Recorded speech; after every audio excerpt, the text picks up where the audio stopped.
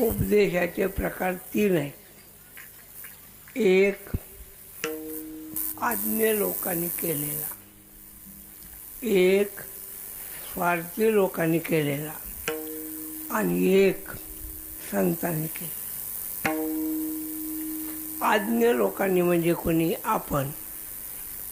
उदाहरण काय आहे? आपल्या घरामध्ये कोणीतरी गेलं, आई वडील बाप भाऊ कोणतरी गेलं, आपण रडतो. आणि आपण जेव्हा रडतो तेव्हा आपलं सांत्वन करण्यासाठी कोण येतं? कोण येतं? नाना, शेजारी पाजारी, पाहुणे सोयरे, बरोबर. ते काय सांगतात? रडू नका, गेल्यानं परत येत नाही. जीवन म्हणजे पाण्याचा बुडबुड आहे. कायमची वाक्य ठरलेले असतात. संपलं, आता पुढं आहे का? त्यांच्या घरात कुणीतरी गेलं, मग काय होतं? ते रडतात. मग समजायला कोण जातो? आपण काय म्हणतो? रडू नका, पाण्याचा बुडबुडा, गेल्याला माघारी येत. याला म्हणायचं मूर्ख लोकांनी केलं होतं. म्हणजे अक्कल नाही, पण सांगितल्याशिवाय राहत नाही. विठ्ठला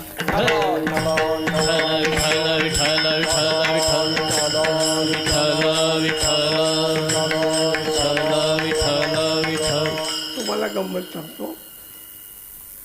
एखादा मनुष्य गेला आणि त्याला जाळायला नेला. जाळायला नेला की मुलाच्या खांद्यावर मडकं देतात, होय ना? असंच आहे का तुमच्या भागात? असंच आहे ना? विचारावं लागतं हो. भाग बदलला की पद्धत बदलती. आमच्या भागात मेल्यावर माणसं जातात.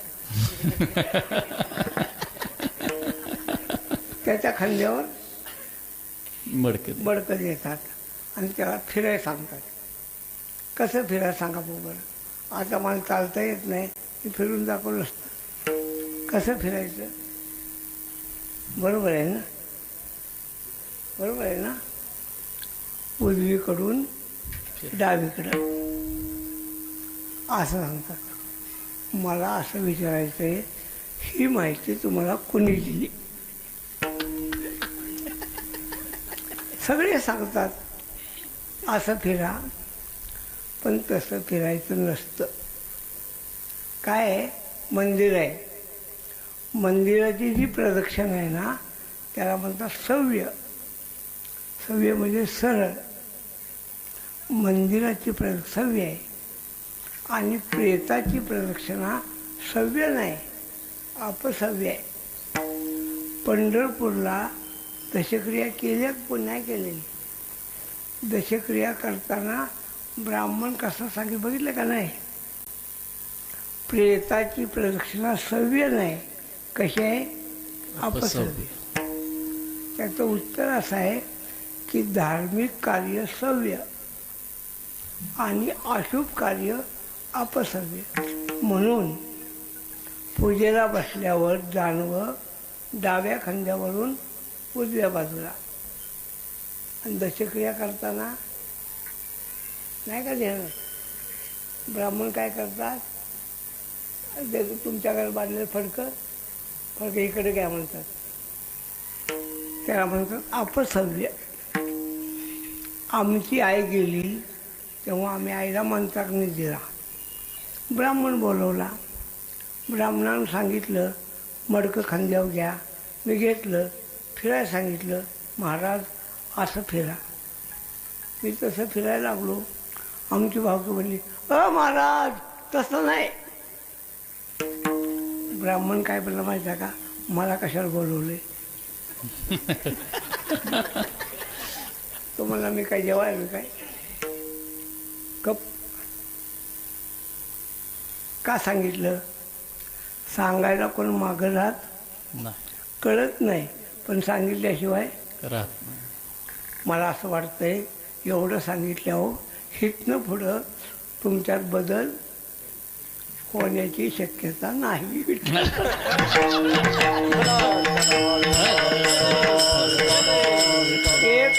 वर्षी आमचा ठोंबरे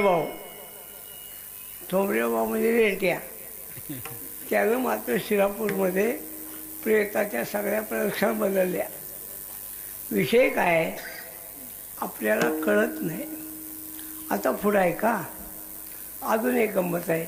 ज्याच्या घरात कुणीतरी गेलं त्याच्या घरात काय नियम आहे, लग्नाची मुलं असली तर 1 वर्षाच्या आत लग्न करायचं केलं पाहिजे. नाही केलं तर पुढं 3 वर्ष करायचं नाही. माझा प्रश्न आहे, हे तुम्ही कुठं वाचलंय तेवढं सांगा. कुठंच वाचलेलं नाही, पण सांगायला मागं उलट शास्त्र असं आहे की 1 वर्ष त्यांच्या घरावर मेलेल्या माणसाच्या सुतकाचा अंमल 1 वर्ष असतो. म्हणून 1 वर्ष घरात कोणतंही शुभ कार्य करत नाही.